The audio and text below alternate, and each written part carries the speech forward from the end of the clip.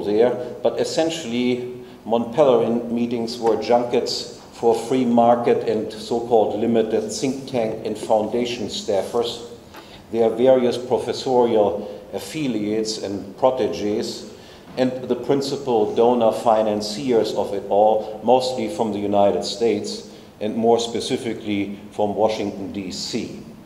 Characteristically, Ed Foylner, the longtime president of the Heritage Foundation, the major Republican Party think tank and intellectual shill to the warfare state politics of every Republican government administration from Reagan to Bush Jr., is a former MPS president, and more significantly, he has been its longtime treasurer. There had been skepticism concerning the Montpellerin Society from the very beginning. Ludwig von Mises, Hayek's teacher and friend, had expressed severe doubt concerning Hayek's plan simply in view of Hayek's initial invitees. How could a society filled with certified state interventionists promote the goal of a free and prosperous commonwealth? Despite his initial reservations, however, Mises did become a founding member of the MPS, yet his prediction turned out correct. Famously, at an early Montpellerin meeting, Mises would walk out denouncing speakers and panelists as a bunch of socialists. Essentially, this was also my first impression when I came in contact with the Montpellerin Society, and this impression has been confirmed since.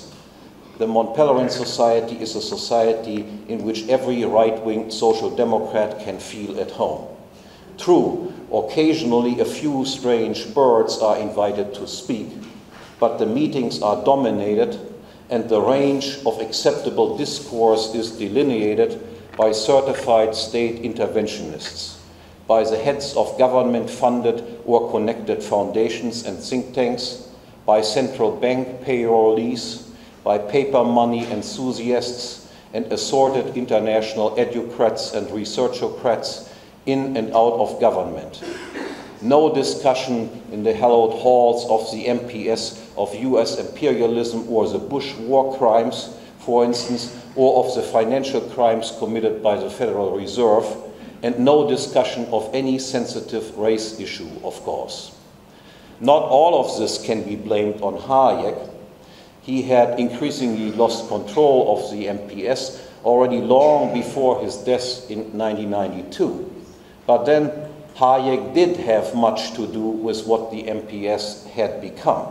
For, as Mises could have known already then, and as would become apparent at least or at last in 1960, with the publication of Hayek's Constitution of Liberty, Hayek himself was a proven interventionist. In the third part of his famous book, Constitution of Liberty, Hayek had laid out a plan for a free society so riddled with interventionist designs that every moderate social democrat of the Scandinavian German variety could easily subscribe. When, at the occasion of Hayek's 80th birthday in 1979, the then Social Democratic Chancellor of West Germany, Helmut Schmidt, sent Hayek a congratulatory note proclaiming, "We are all Hayekians now," this was not an empty phrase. It was true, and Schmidt really meant it. Schmidt was a trained economist, by the way.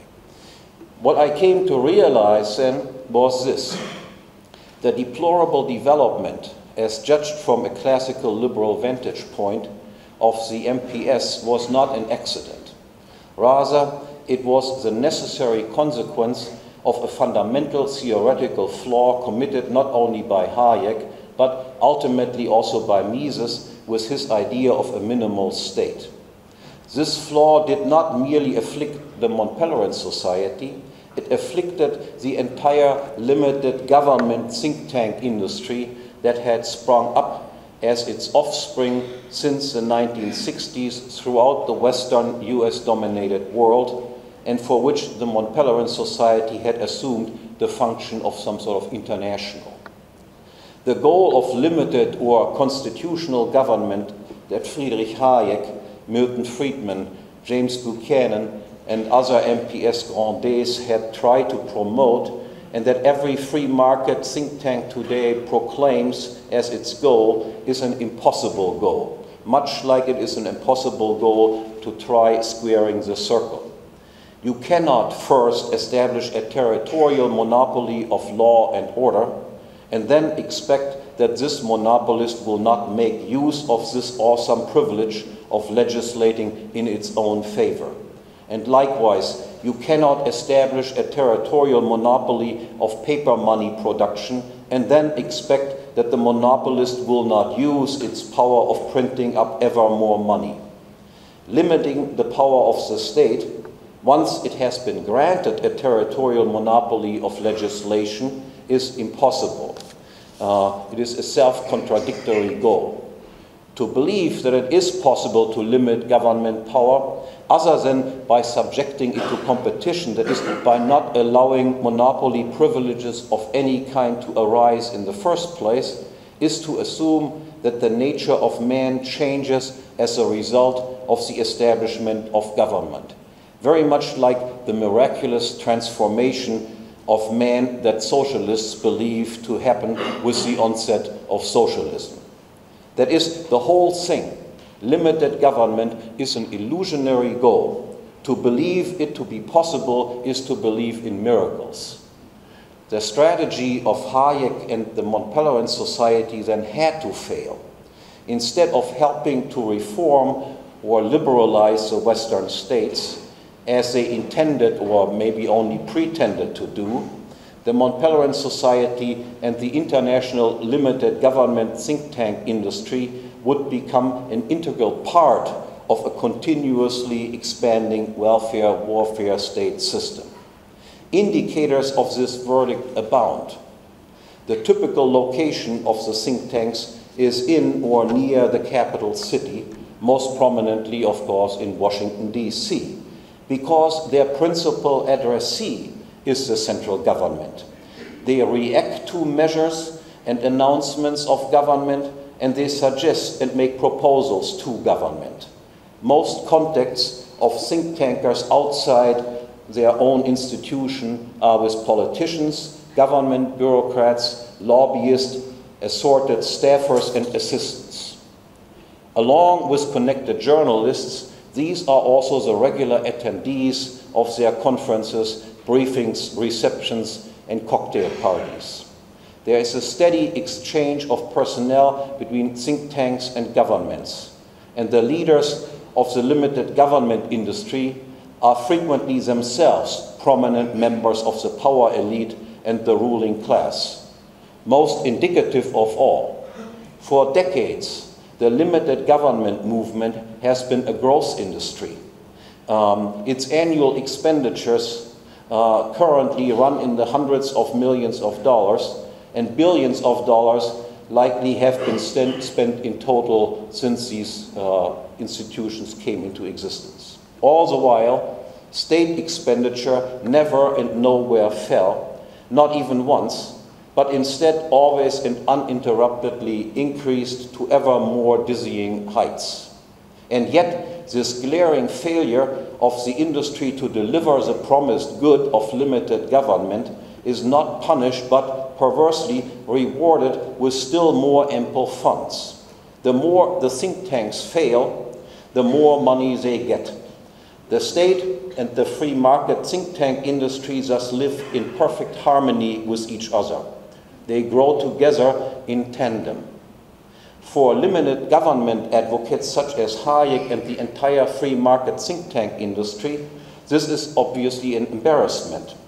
They must try to explain it away somehow as accidental or coincidental. And they typically do so, simple enough, by arguing that without their continued funding and operations, matters would have been even worse. Thus excused then, the industry continues on as before, undisturbed by any fact or event, past or future. But the embarrassing facts are not accidental or coincidental and could have been systematically predicted if only one had a better understanding of the nature of the state and did not believe in miracles. As a territorial monopolist of legislation and the money printing press, the state has a natural tendency to grow, to use its fiat laws and its fiat money to gain increasing control of society and social institutions. With fiat laws, the state has a unique power of threatening and punishing or incentivizing and rewarding whatever it pleases, and with its fiat money, it can buy up support, bribe, and corrupt more easily than anyone else. Certainly, an extraordinary institution such as this will have the means at its disposal, legal and financial, to deal with the challenge posed by a limited government industry. Historically, the state has successfully dealt with far more formidable opponents, such as organized religion, for instance. But unlike the church or churches, however, the limited government industry is conveniently located and concentrated at or near the center of state power, and the industry's entire raison d'etre is to talk and have access to the state. That is what its donors and financiers typically expect. Yet, so much the easier then was it for the state to target and effectively control this industry.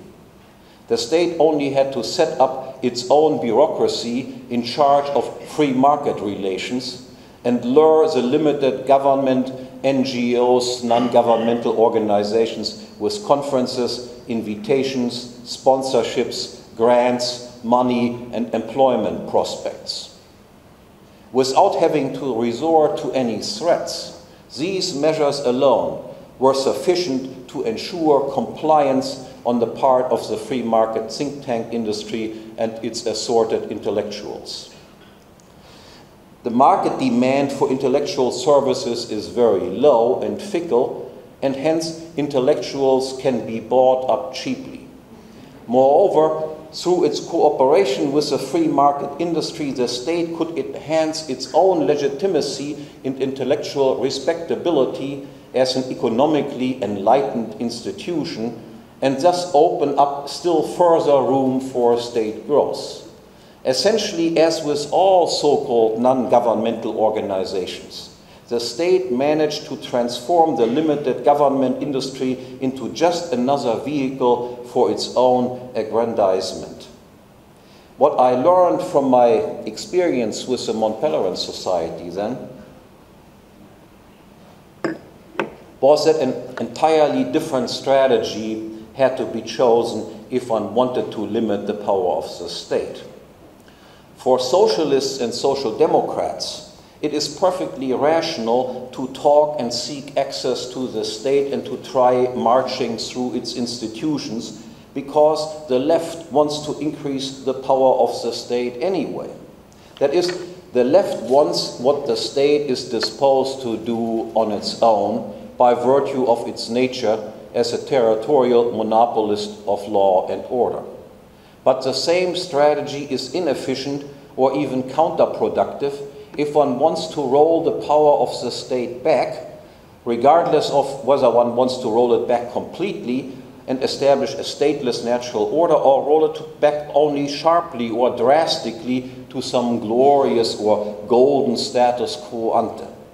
In any case, this goal can only be reached if, instead of talking and seeking access to the state is openly ignored, avoided, and disavowed, and its agents and propagandists are explicitly excluded from one's proceedings.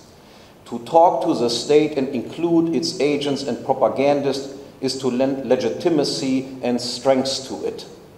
To ostentatiously ignore, avoid, and disavow it, and to exclude its agents and propagandists as undesirable, is to withdraw consent from the state and to weaken its legitimacy. In sharp contrast to the Mont Pelerin Society and its multiple offspring, then, that wanted to reform and liberalize the welfare warfare state from within by pursuing a system-immanent strategy of change, as Marxists would say, and that failed precisely for this reason and was instead co-opted by the state as part of the political establishment, my envisioned society, the PFS, was to pursue a system transcending strategy. That is, it would try to reform and hopefully ultimately revolutionize the ever more invasive welfare warfare state system from the outside. That is, through the creation of an anti-statist counterculture that would attract a steadily growing number of defectors, of intellectuals, educated laymen, and even the much sworn to man on the street, away from the dominant state culture and institutions.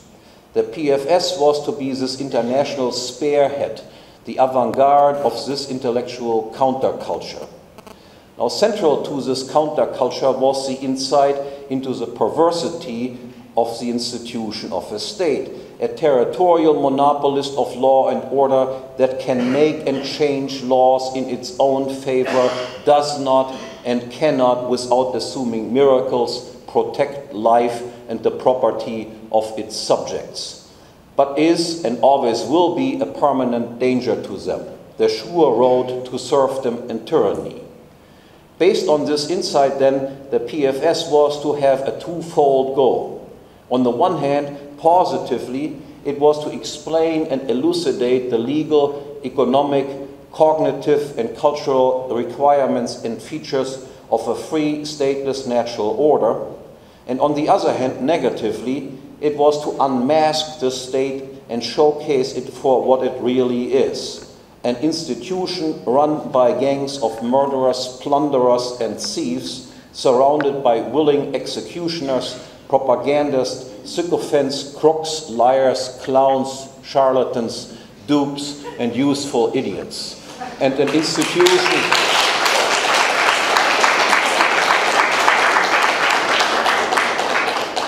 institution that dirties and taints everything that it touches. Now, for purposes of full disclosure, I must add this.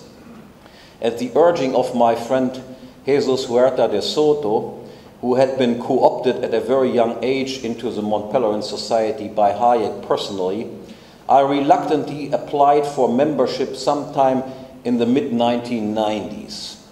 Besides Huerta de Soto, the late Arthur Selden, who was then honorary president of the Mont Pelerin Society, had endorsed my membership. Nonetheless, I was turned down, and as I must admit, deservedly so, because I simply did not fit into such a society. Now, from reliable sources, I have been told that it was in particular Leonard Liggio, a former friend of Murray Rothbard's, who must have realized this and most vigorously opposed my membership. Seconded from the German contingent of MPS movers and shakers by Christian Vatrin. Both Liggio and Vatrin would later become MPS presidents, maybe as a reward for this. My second experience with intellectual societies was with the John Randolph Club, which had been founded in 1989 by the Libertarian, my mentor Murray Rothbard, and the conservative Thomas Fleming. From the outset, this society was far more to my liking. For a while, I played a leading role in the John Randolph Club, but I also played a prominent part in its breakup that occurred shortly after Rothbard's death in 1995, and that essentially resulted in the exit of the Rothbardian wing of the society. Nonetheless, I look back to those early John Randolph Club years with some fond memories. So it is no surprise that quite a few of my old JRC buddies and comrades have also appeared here in Bodrum. Peter Brimelow, Tom DiLorenzo, Paul Gottfried, Walter Block, who, because of illness of his wife, couldn't come this time, Justin Raimondo, Yuri Maltsev, David Gordon, And in addition, I should mention my friend Joe Sobran, who had wanted to appear at our inaugural meeting but couldn't attend because of ill health. In contrast to the International Mont Pelerin Society, the Randolph Club was an American society. This did not mean that the GRC, the Randolph Club, was more provincial, however. To the contrary. Not only had the Randolph Club numerous foreign members, but whereas the Mont Pelerin Society was dominated by professional economists, the Randolph Club represented a much broader interdisciplinary and transdisciplinary spectrum of intellectual interests and endeavors. On the average, foreign language proficiency among Randolph Club members ranked well above that countered in Mont Pelerin Society circles. In its habits and ways, the Mont Pelerin Society was multicultural, egalitarian, and non-discriminating. All the while, it was highly restrictive and intolerant regarding the range of permissible subjects and full of intellectual taboos. In sharp contrast, the Randolph Club was a decidedly bourgeois, anti-egalitarian, and discriminating society, but at the same time a society far more open and tolerant intellectually, without any taboo subjects. And in addition, whereas Mont Pelerin Society meetings were large and impersonal, they could exceed 500 participants, Randolph Club meetings had rarely more than 150 people attending, and they were small and intimate. I liked all of these aspects of the Randolph Club. I didn't much care for the venues of the meetings of the Randolph Club, typically some business hotel in the outskirts of a major city. In this regard, of course, the Mont Pelerin Society had clearly more to offer, although for a very, very stiff price. But as I indicated, not all was well with the Randolph Club either, and my encounter with it also taught me a few lessons on what not to imitate. The breakup of the Randolph Club shortly after Rothbard's death had partly personal reasons. Tom Fleming, the surviving principal of the club, is, to put it diplomatically, a very difficult man, as everyone who has dealt with him can testify. I can say more in private about this. In addition, there were some organizational quarrels. The meetings of the Randolph Club were organized annually, alternating by the Center of Libertarian Studies, which represented Murray Rothbard and his men, and by the Rockford Institute, which represented Thomas Fleming and his men. This arrangement had perhaps unavoidably led to various charges of freeloading. Ultimately, however, the breakup had more fundamental reasons than just personal ones. The Randolph Club was a coalition of two distinct groups of intellectuals. On the one hand, there was a group of anarcho-capitalist Austro-libertarians led by Rothbard, mostly of economists, but also of philosophers, lawyers, historians, and sociologists, mostly of a more theoretical, analytical bent of mind. I was a member of this group. On the other hand was a group of writers associated with the conservative monthly Chronicles, a magazine of American culture, and its editor, Thomas Fleming. Paul Gottfried was a member of that group. The conservative group did not have any economists of note and generally displayed a more empirical bent of mind. Apart from historians and sociologists, it included in particular also men of letters, of philologists, literary writers, and cultural critics. On the libertarian side, the cooperation with conservatives was motivated by the insight that while libertarianism might be logically compatible with many cultures, sociologically it required a conservative bourgeois core culture. The decision to form an intellectual alliance with conservatives then involved for the libertarians a double break with the establishment libertarianism as represented, for instance, by the Washington, D.C. free market Cato Institute.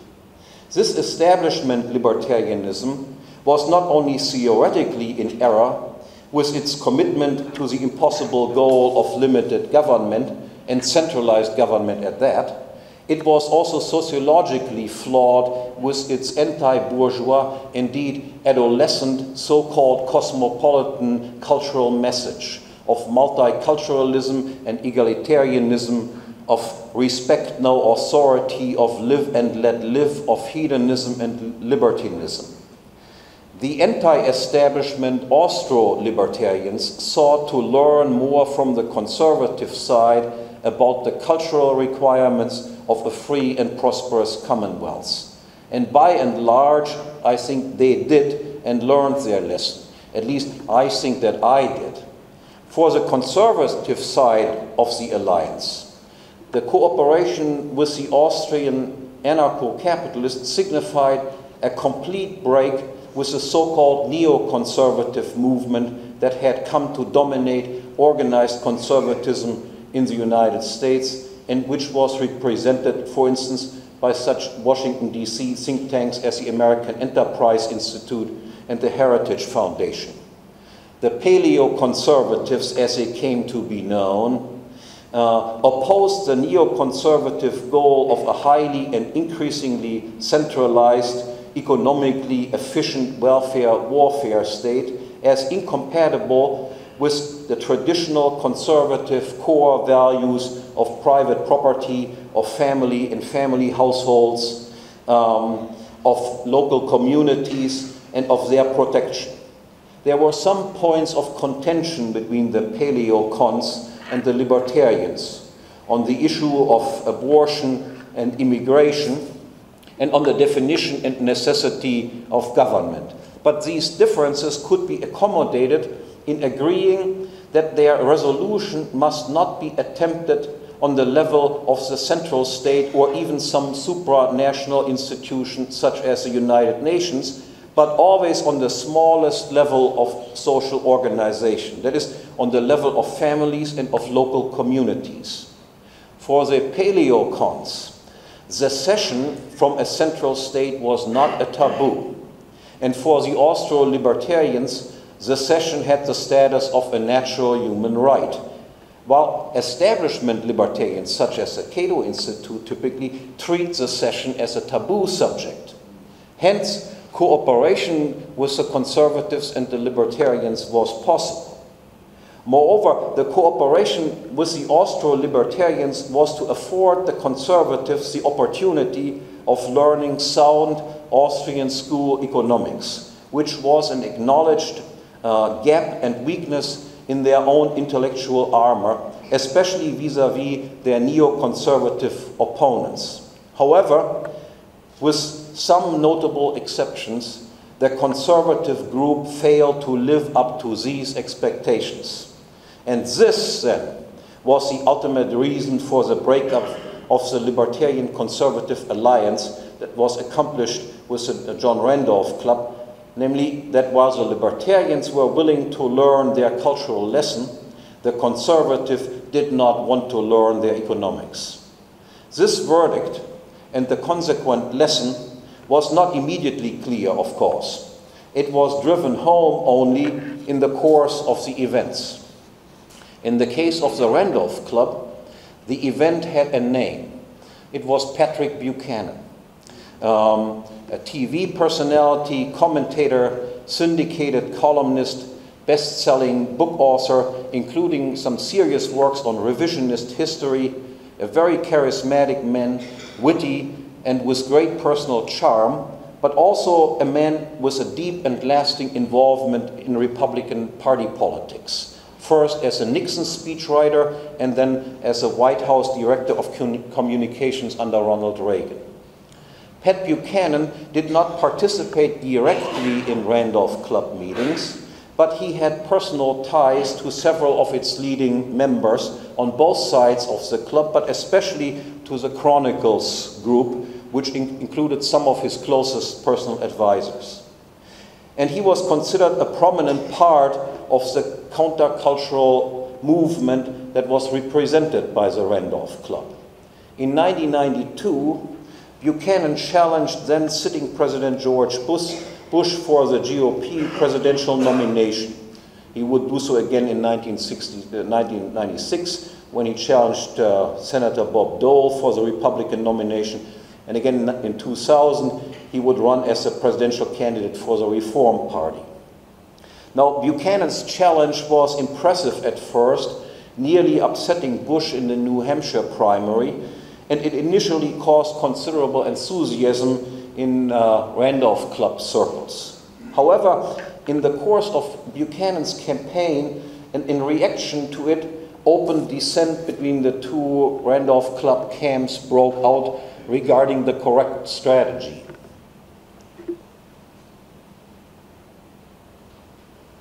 Buchanan pursued a populist America First campaign.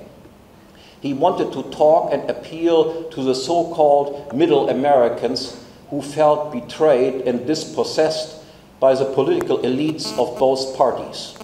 After the collapse of communism and the end of the Cold War, Buchanan wanted to bring all American troops back home, dissolve the NATO, leave the United Nations, and conduct a non-interventionist foreign policy, which his neoconservative enemies smeared, of course, immediately as isolationist. He wanted to cut all but economic ties to Israel in particular, and he openly criticized the un-American influence of the organized Jewish American lobby, something that takes considerable courage in contemporary America. He wanted to eliminate all affirmative action and non-discrimination and quota laws that had pervaded all aspects of American life and which were essentially anti-white and especially anti-white male laws. In particular, he promised to end the non-discriminatory immigration policy that had resulted in the mass immigration of low-class third world people and the attendant forced integration, or euphemistically, multiculturalism. Further, he wanted to end the entire cultural rot coming out of Washington, D.C. by closing down the Federal Department of Education and a multitude of other federal indoctrination agencies. But instead of emphasizing these, at that time, widely popular rightist cultural concerns, Buchanan, in the course of his campaign, increasingly intoned other economic matters and concerns, all the while his own knowledge of economics was rather skimpy. Concentrating on what he was worst at then, he increasingly advocated a leftist economic program of economic and social nationalism. He advocated tariffs to protect essential American industries and to save American jobs from unfair competition by foreigners, and he proposed to protect middle Americans by safeguarding and even expanding the already existing welfare state programs of minimum wage laws, unemployment insurance, Social Security, Medicaid, and Medicare.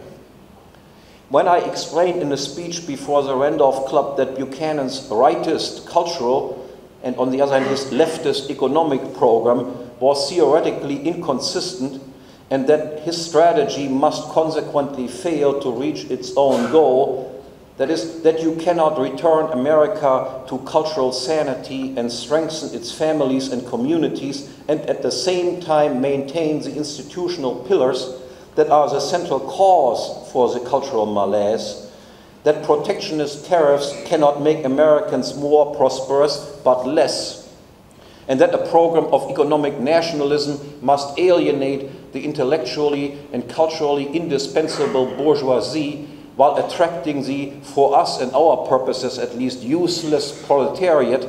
It almost came to an eclat. The conservative group was up in arms about this critique of one of their heroes. I had hoped that, notwithstanding feelings of friendship or personal loyalty, after some time of reflection, reason would prevail, especially after it had become clear by the ensuing events that Buchanan's strategy had also failed numerically at the polls. I thought that the Randolph Club conservatives would sooner or later come to realize that my critique of Buchanan was an immanent critique. That is, that I had not criticized or distanced myself from the goal of the Randolph Club, and presumably also Buchanan's own goal of a conservative cultural counter-revolution, but that based on elementary economic reasons, I had simply found the means, the strategy chosen by Buchanan to accomplish this goal unsuitable and ineffective. But nothing happened. There was no attempt to refute my arguments, nor was there any sign that one was willing to express some intellectual distance to Buchanan and his program. From this experience, I learned a twofold lesson. First, a lesson that I had already come away with from my encounter with the Mont Pelerin Society was reinforced. Do not put your trust in politicians, and do not get distracted by politics. Buchanan, notwithstanding his many appealing personal qualities, was still at heart a politician who believed in government above all as a means of effecting social change.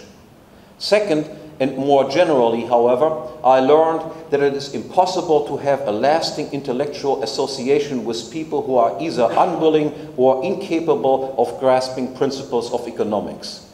Economics, or the logic of action, is the queen of the social sciences. It is by no means sufficient for an understanding of social reality, but it is necessary and indispensable. Without a solid grasp of economic principles, say on the level of Henry Hazlitt's Economics in One Lesson, one is bound to commit serious blunders of historical explanation and interpretation.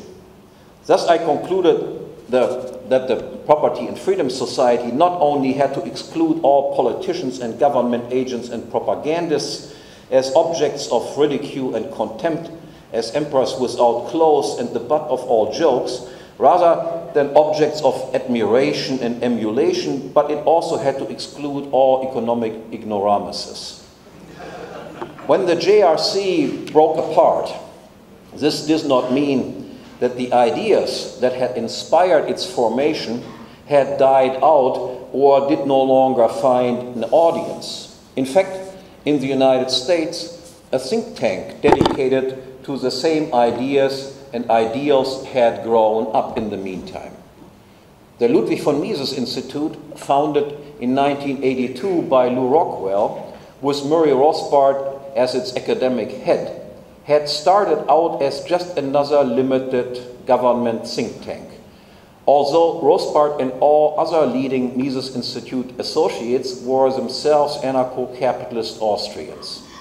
Yet by the mid-1990s, and I pride myself in having played an important role in this development, Lew Rockwell had transformed the Institute, which is significantly located far away from Washington, D.C., in provincial Auburn, Alabama, into the very first and only free think tank that had openly renounced the goal of limited government as impossible and come out instead as an unabashed advocate of anarcho-capitalism, deviating thereby from a narrow, literal interpretation of its namesake of Mises,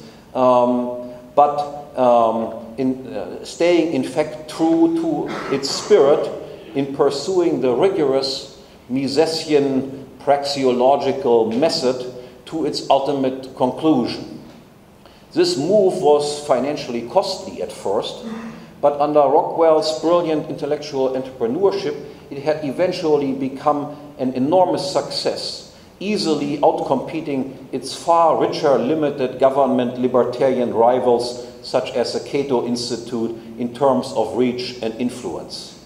Moreover, in addition to the Mises Institute, which focused more narrowly on economic matters, and in the wake of the disappointing experience with the Randolph Club and its breakup, Lew Rockwell had set up in 1999 an anti-state, anti-war, pro-market website, lewrockwell.com, that added an interdisciplinary cultural dimension to the Austro-libertarian enterprise and proved to be even more popular, laying the intellectual groundwork for the present Ron Paul movement. Again, a politician, however. the Property and Freedom Society was not supposed to compete with the Mises Institute or LouRockwell.com. It was not supposed to be a think tank or another publication outlet. Rather, it was to complement their and other efforts by adding yet another important component to the development of an anti-statist intellectual counterculture. What had disappeared with the breakup of the original John Randolph Club was an intellectual society dedicated to the cause. Yet every intellectual movement requires a network of personal acquaintances, of friends and comrades in arms to be successful. And for such a network to be established and grow, a regular meeting place, a society is needed. And the Property and Freedom Society was supposed to be precisely this society.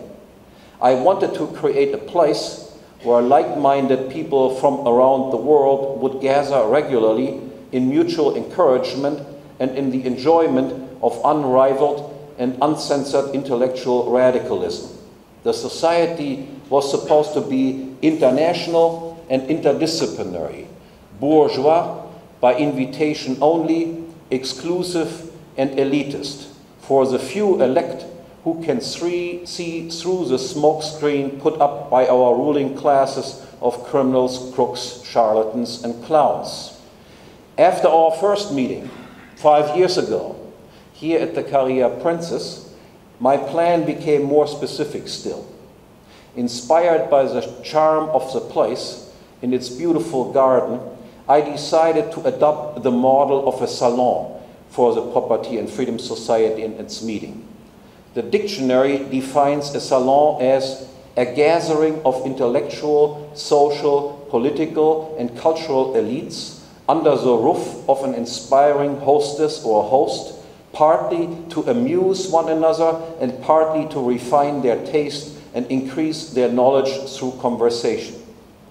Now take the political out of this definition, and there you have it, what I have tried to accomplish for the last few years, together with Gülçin, my wife and fellow Misesian economist, without whose support none of this would be possible. That is to be...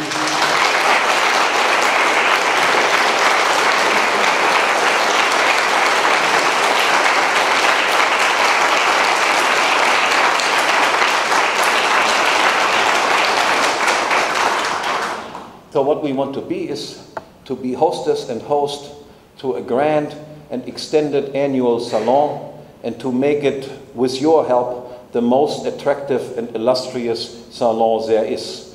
And I hope, and indeed I'm confident, that this, our 5th meeting, will mark another step forward towards this end. Thank you very much.